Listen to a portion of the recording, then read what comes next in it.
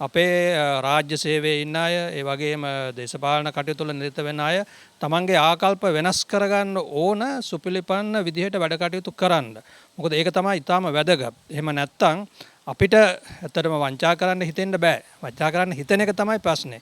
අපිට හොරකම් කරන්න හිතෙන්න බෑ රාජ්‍ය සේවකයෙකුට, එහෙම නැත්නම් රජයේ නිලධාරියෙකුට, එහෙම නැත්නම් දේශපාලනයකයෙකුට හිතෙනවා නම් හොරකම් කරන්න, වංචා කරන්න, මහජන දේපල අවභාවිතා කරන්න අන්න එතන සුපිලිපන්න තත්වයක් නැහැ.